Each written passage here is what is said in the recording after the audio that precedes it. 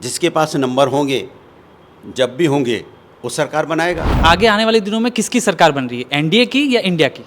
वो उसका आप इंतज़ार कीजिए, धीरे धीरे देखिए आगे आगे होता है क्या। तो जनता को भी इस बात का एहसास हुआ कि अगर हमारी कोई हक की बात कर रहा है तो समाजवादी कर रहे हैं। और प्रभु राम की हम लोग के ऊपर बड़ी कृपा रही, जिस वजह से भारतीय जनता पार्टी को वहाँ से हार मिली। कि आपको क्या लगता है लाल टोपी के साथ गमछा भी साथ में होगा? क्योंकि अखिलेश यादव को हमने देखा है अक्सर वो लाल टोपी और गमछे के साथ नजर आ रहे हैं। नमस्ते दोस्तों, मैं प्रिंस गौर और आप देख रहे हैं न्यूज़ नशा। आज मैं आप लोगों को एक ऐसे व्यक्ति से मिलाने वाला हूँ जो किसी पहचान के मोहताज नहीं। आपने अक्सर कई चैनलों में उनको अपनी बातें काफ़ी मजबूती से रखते हुए देखा होगा और इस बार के चुनाव में उनकी पार्टी ने उत्तर प्रदेश में कमाल कर दिया है। तो हम बात करने वाले हैं अनुराग जी से। सर, आपका बहुत बहुत स्वागत है न्यूज़ नशा में। धन्यवाद। सर, मैं ये जानना चाहूँगा कि सर पहले तो आपको बहुत बहुत बधाई। समाजवादी पार्टी ने इतना बेहतरीन प्रदर्शन किया है उत्तर प्रदेश में और 37 सीटें जीत कर आई है। तो आप इस चीज़ को किस तरह से देखते हैं सर? और ये कार्यकर्ताओं की मेहनत, नेताओं की मेहनत जो दिख रही थी शुरू से ही, चुनाव के शुरू से ही, तो वो कैसे इतना ज़्यादा जोश कैसे आया?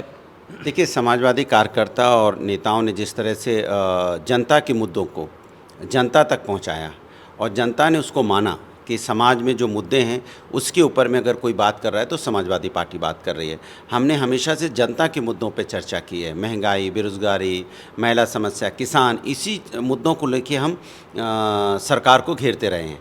तो जनता को भी इस बात का एहसास हुआ कि अगर हमारी कोई हक की बात कर रहा है तो समाजवादी कर रहे हैं। हमने मुद्दों को कभी इधर उधर डाइवर्ट नहीं किया, जैसे भारतीय जनता पार्टी ने किया। वो मंगलसूत्र पे आ गए, मीट, मुर्गा, मछली, बाबरी ताला और दूसरे मुद्दे। वो जनता के उसका मतलब नहीं था। जनता को मतलब अपनी उनकी जो रोज़मर्रा की ज़िंदगी है, जिससे वो जूझ रहे हैं, जिनसे वो परेशान हैं, जो रोज़ सुबह उठ के उनको फेस करना पड़ता है, उनको देखना पड़ता है मेरा बेटा आज भी बेरोज़गार बैठा है पढ़ लिख के भी। वो देखता है कि अग्निवीर की योजना इन्होंने लागू की है मात्र 4 साल में। आप सोचिए, एक राज्यसभा के एमपी 6 साल के लिए और एक लोकसभा के एमपी 5 साल के लिए, और आप अग्निवीर जो नौकरी दे रहे हैं मात्र 4 साल के लिए। तो जिनसे आप वोट मांग रहे हो वो उसको नौकरी दे रहे हो 4 साल के लिए, और आपको वोट दे के नेता बना रहा है, लोकसभा में भेज रहा है, वो 5 साल के लिए है।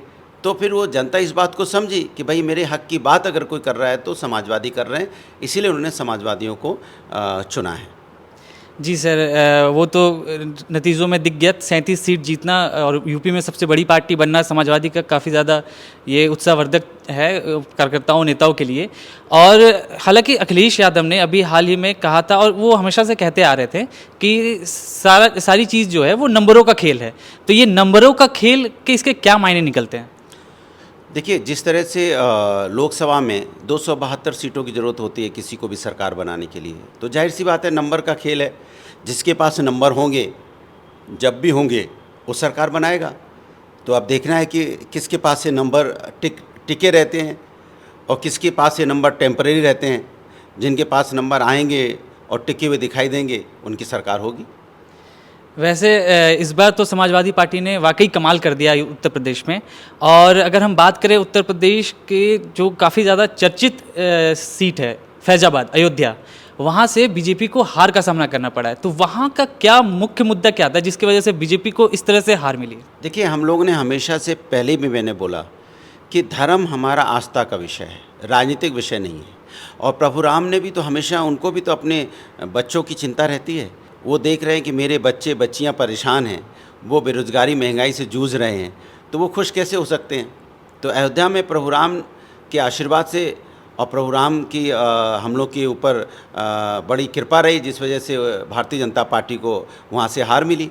तो आपको ये मानना पड़ेगा कि उन्होंने भी ये संकेत दे दिया है कि आपको राजनीति करनी है तो विकास पे कीजिए, हमारे नाम पे राजनीति मत कीजिए। ये जो लोग हमारे अंदर आस्था रखते हैं, जो मेरे आस्था का विषय है, ये राजनीतिक विषय नहीं हो सकता। मतलब आप ये कहना चाह रहे हैं कि श्री राम का सारा आशीर्वाद समाजवादी पार्टी को मिल गया, बीजेपी को इसका कोई फ़ायदा नहीं? थोड़ा बहुत नहीं, पूरा का पूरा आशीर्वाद है।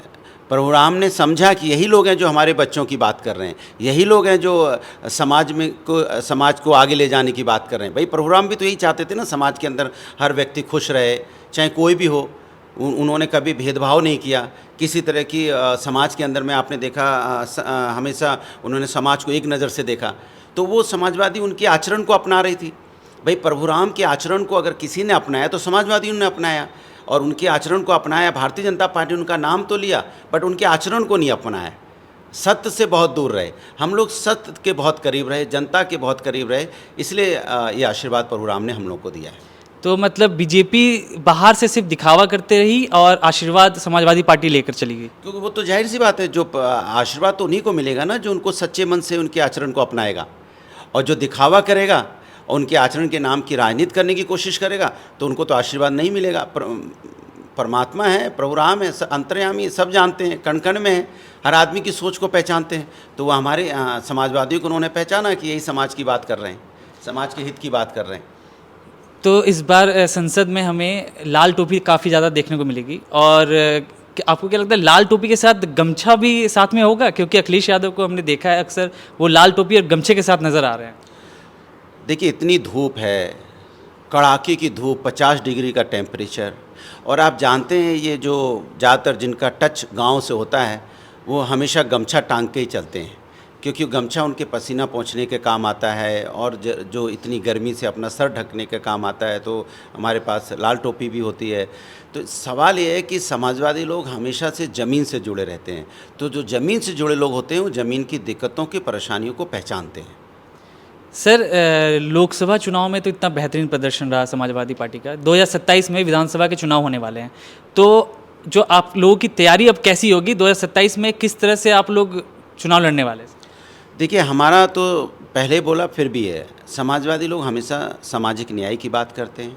समाज के अंदर में समाज कैसे आगे बढ़े, हर वर्ग को उनका अधिकार मिले, किसी के अंदर में भेदभाव ना हो और उन्नति के रास्ते पे सभी जाएं, युवाओं को उनका रोज़गार मिले, छात्रों को उनका अधिकार मिले। और जो अग्निवीर योजनाएं हैं, ओल्ड पेंशन स्कीम है, जैसे ओल्ड पेंशन स्कीम लागू होनी चाहिए, अग्निवीर योजनाएं बंद होनी चाहिए, क्योंकि उनकी नौकरी कोई इतना बच्चा पढ़ता लिखता है तो उसकी नौकरी तो कम से कम 4 साल की ना ही हो, उनको भविष्य उनका सुरक्षित होना चाहिए, महिलाओं का सम्मान हो, किसानों को उनका अधिकार मिले। इसको लेके हमेशा हम संघर्षरत रहेंगे और इसी को लेके जनता के बीच में हमेशा रहेंगे, जनता के अधिकार के लिए। सर आपसे आखिरी सवाल करना चाहूँगा। हालांकि मैंने देखा कल एनडीए की भी बैठक हुई और इंडिया गठबंधन दोनों की बैठक हुई, तो आगे आने वाले दिनों में किसकी सरकार बन रही है, एनडीए की या इंडिया की? वो उसका आप इंतज़ार कीजिए, धीरे धीरे देखिए आगे आगे होता है क्या। सब अपनी अपनी चालें चल रहे हैं, लेकिन हमें पूरा विश्वास है कि जो जनता चाहेगी वही होगा और जनता इंडिया गठबंधन के साथ है। बहुत बहुत धन्यवाद सर आपका। और आप हमसे जुड़े रहने के लिए सब्सक्राइब करें YouTube पर, फॉलो करें ट्विटर पर और लाइक करें Facebook पर। और ज्यादा जानकारी के लिए आपको